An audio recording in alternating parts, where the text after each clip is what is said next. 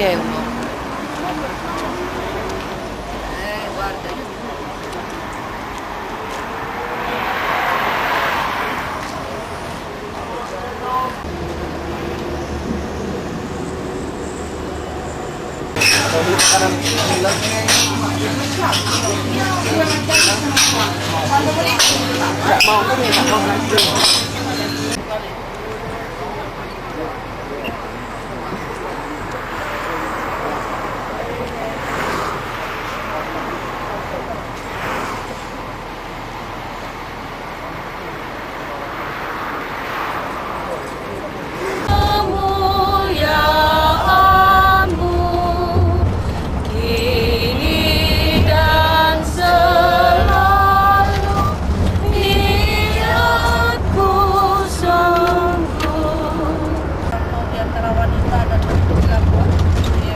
Santa Maria Bunda Allah, doakanlah kami yang berdosa ini sekarang dan pada ketika mati. Amin. Salam Maria, penuh rahmat, Tuhan serta. Sebut Maria perawan, padahal de facto dia melahirkan anak dan Yesus lahir. Dan menurut teori, nanti Pak Dokter luruskan ya. Saya bukan dokter. Tapi saya belajar biologi dulu, seseorang disebut perawan kali, maaf ya, 1000 maaf bagi ibu-ibu. Saya menghormati, saya punya ibu juga, tapi kita mau belajar yang benar ya. Seorang disebut perawan kalau dia masih utuh selaput darah ya. Dari satu pihak Maria disebut perawan, dari lain pihak dia pernah melahirkan. Nah, kalau kita hanya menjawab kepada orang lain bahwa Maria disebut perawan karena dia melahirkan dari Roh Kudus alias tidak berhubungan badan dengan laki-laki, ya mungkin satu jawaban diterima orang, tapi tetap ujungnya adalah Maria tidak perawan karena dia pernah melahirkan. Orang melahirkan otomatis ya lewat jalan itu. Jalan itu. Iya, saya kira betul ya Pak. Nah, di situ masalahnya. Maka memang ini pertanyaan sepanjang zaman. Nah, saya kuliah Mariologi itu salah satu memang ya ini sebetulnya dalam kuliah ya sepintas saja disinggung dosen, tapi menurut saya sangat mendasar. Mengapa mendasar? Karena dari segi istilah atau kata itu ya tidak ketemu, tidak sinkron ya.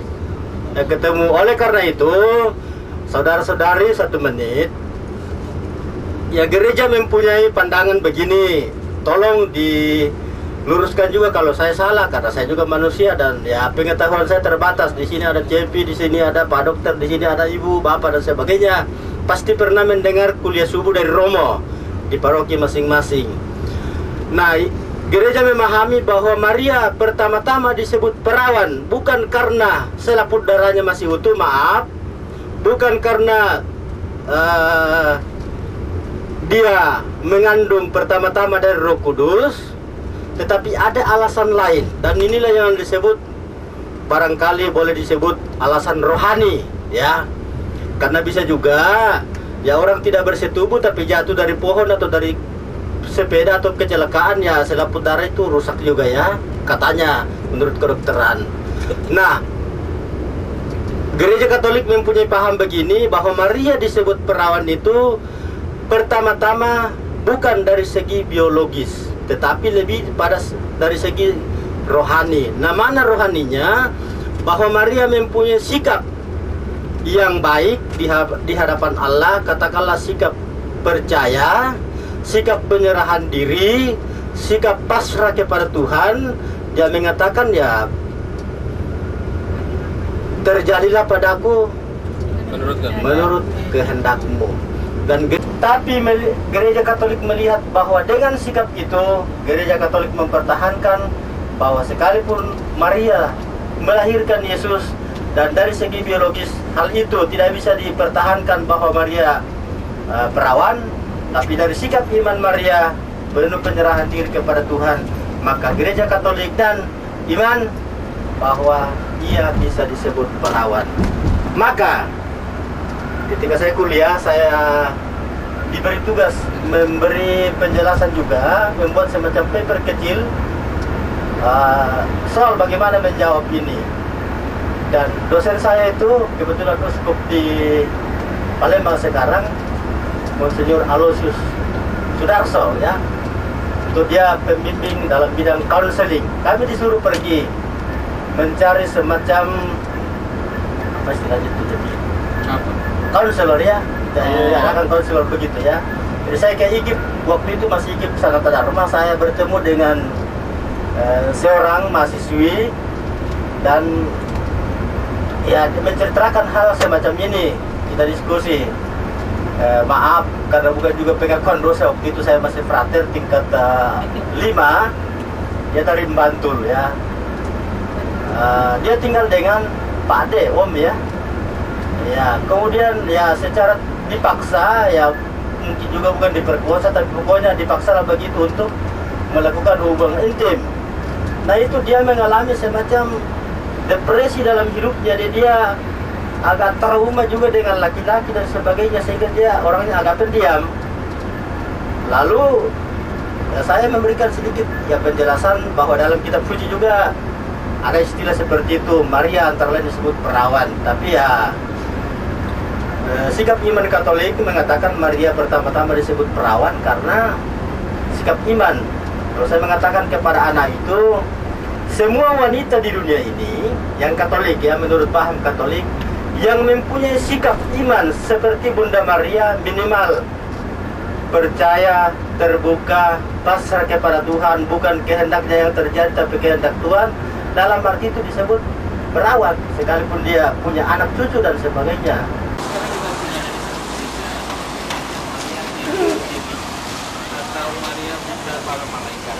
Maria seperti ini ya, biasa dikenal dengan Regina Pacis ya, Ratu Damai, artinya tingginya 20 meter dan dilapis emas ya, sebagai pelindung kota dari Assisi ya. Kemudian nanti di dalam tempatnya akan kita kunjungi, pertama satu kapel kecil di tengah gereja, karena di dalam saya tidak boleh menjelaskan ya. Satu gereja kecil itu adalah tempat di mana Santo Franciscus Assisi banyak mengajarkan atau mengajarkan tentang Injil ya. Kemudian juga tempat dia banyak berdoa pribadi. Nanti ada kesempatan yang mau doa 3 menit ya. Kemudian dari situ kita akan lihat satu tempat di dekatnya ya, di sebelah sana misalnya ini gereja dia yang kecil, di sebelah sana itu ada tempat Santo Franciscus Assisi meninggal. Rumah dia kecil sekali. Kemudian kita akan jalan masuk, itu kita akan lihat ada bunga ros yang tidak berduri.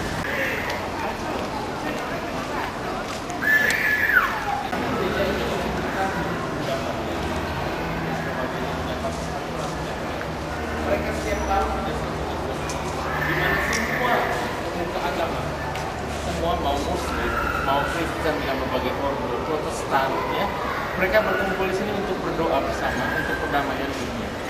Jadi mereka ini bisa jadi pendeta, pastor. Donaci di convertirci a te con tutto il cuore, diffondi in noi il tuo Santo Spirito e donaci di fede retta, speranza certa. Concedici di essere Chiesa viva, ardente.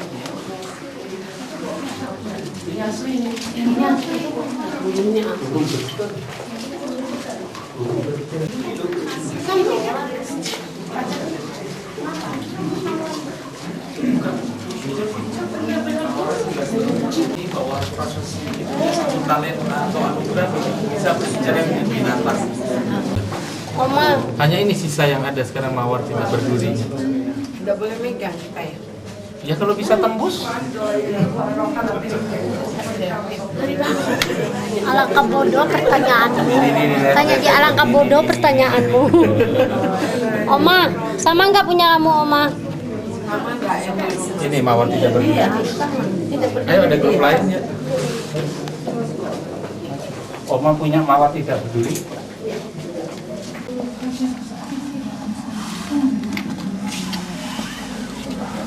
Stiamo guardando, lei si è messo.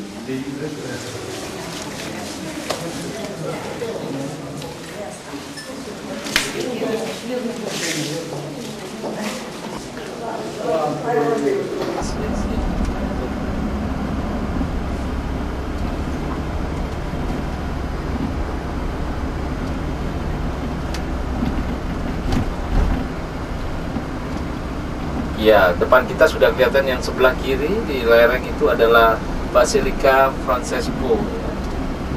Dan ini adalah kota Assisi yang di atas bukit ya.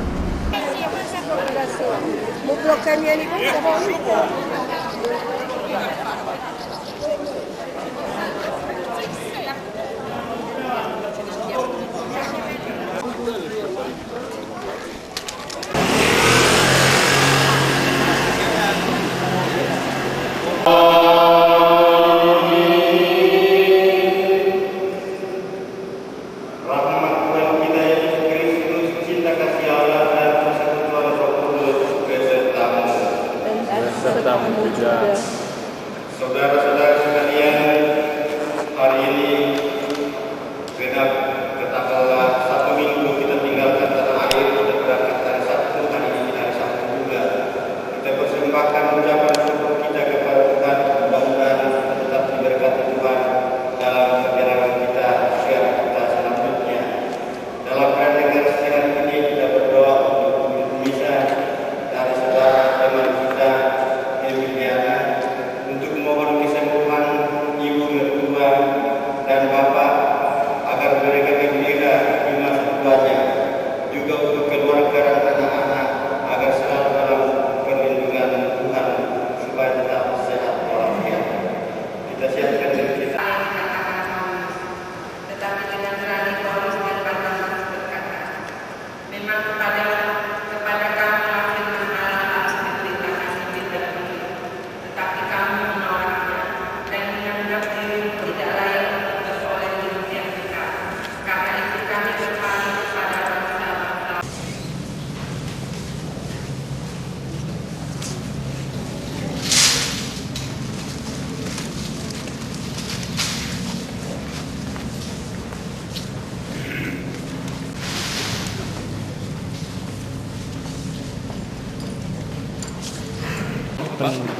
Relikui.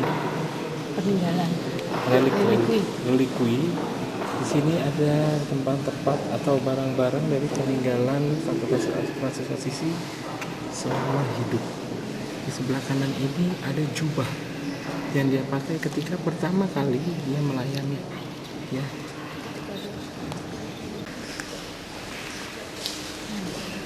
Pakai tangan, pakai tangan, pakai tangan semua ada.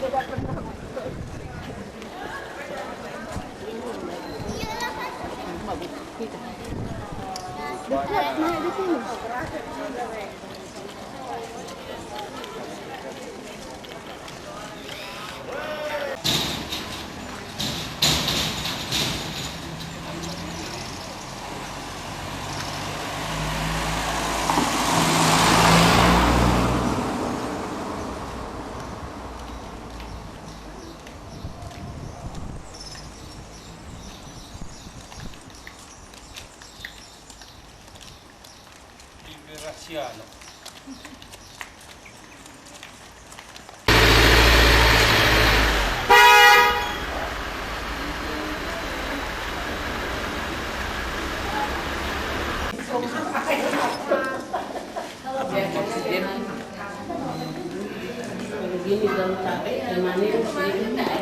Tidak bisa masuk juga. Apa? Khusus tinapnya disediakan bisa? Ya.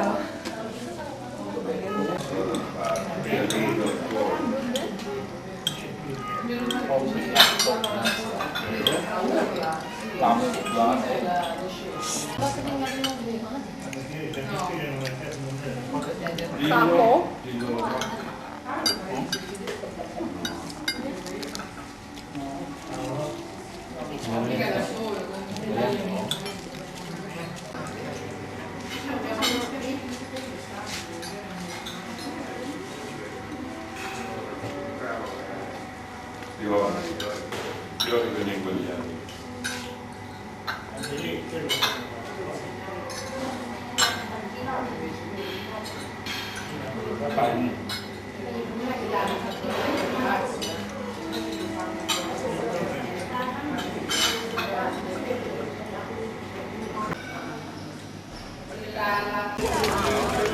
Ya, Bapak Ibu, selamat sore. Ini adalah satu tempat namanya lapangan keajaiban, ya, atau halaman keajaiban. Kenapa? Karena di sini ada salah satu dari 7 keajaiban dunia yang Bapak Ibu bisa lihat sekarang, yaitu menara miring Pisa di sebelah sana.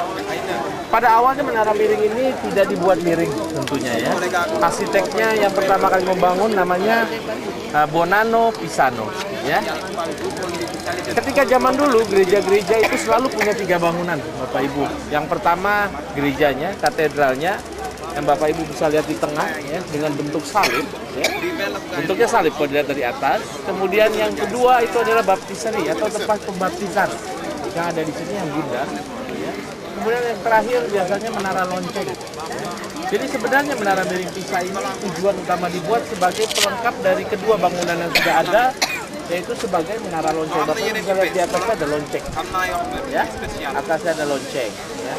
Katedral yang pertama kali dibangun bangunan di Field of Miracles ini adalah katedral, ya, tahun 1064, ya. Kurang lebih 1 abad untuk menyelesaikannya. Kemudian bangunan kedua yang dibangun adalah baptiseri atau tempat pembaptisan khusus 1, ya. Ini dibangun tahun 1154, ya. Dan yang terakhir bangunan yang dibangun adalah menara miring Pisa atau menara lonceng yang kita bisa lihat di sebelah kanan tahun 1173 dan selesai 1350. Jadi cukup lama untuk menyelesaikan ini. Kapan mulai miringnya? Karena ketika arsitek membangun dia tidak membangun miring, ya. Tentunya ketika mulai tingkat ketiga sudah mulai kelihatan kemiringan. Ya, tingkat ketiga, karena ini ada 8 lantai, hitung dari bawah. 1, 2, 3, 4, 5, 6, 7, 8. Ya, sampai ke atas lonceng, ya. Ada 8 tingkat. Dan tingkat ketiga sudah mulai kemiringan. Kenapa? Karena ternyata di bawahnya ini strukturnya itu terdiri dari tanah liat dan pasir. Ya, jadi tidak stabil, ya. Dan kemudian dia akhirnya miring. Tapi sampai sekarang dipertahankan supaya kemiringannya tidak lebih dari 5 derajat, ya. Karena waktu tahun 2000 CP kemari itu seperti behol, ya, seperti gigi lagi ditarik. Dia sudah miring, kemudian pemerintah Italia membangun satu penyangga dari baja, kemudian ditarik dengan satu alat, ya, sehingga dia mulai naik lagi dan bagian bawah kemudian diisi oleh batu-batu dan teknologi-teknologi sehingga sekarang kemiringannya sudah kembali normal, ya.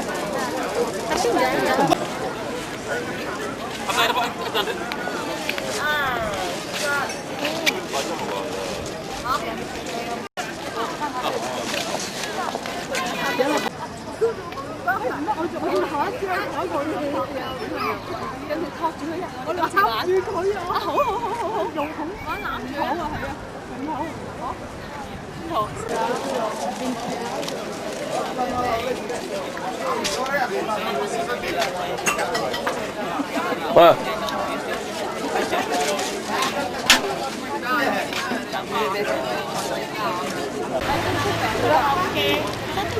Satu juga.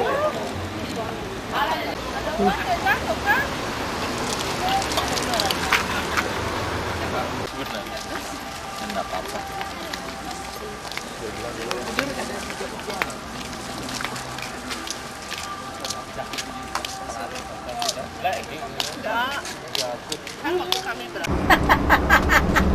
Ada.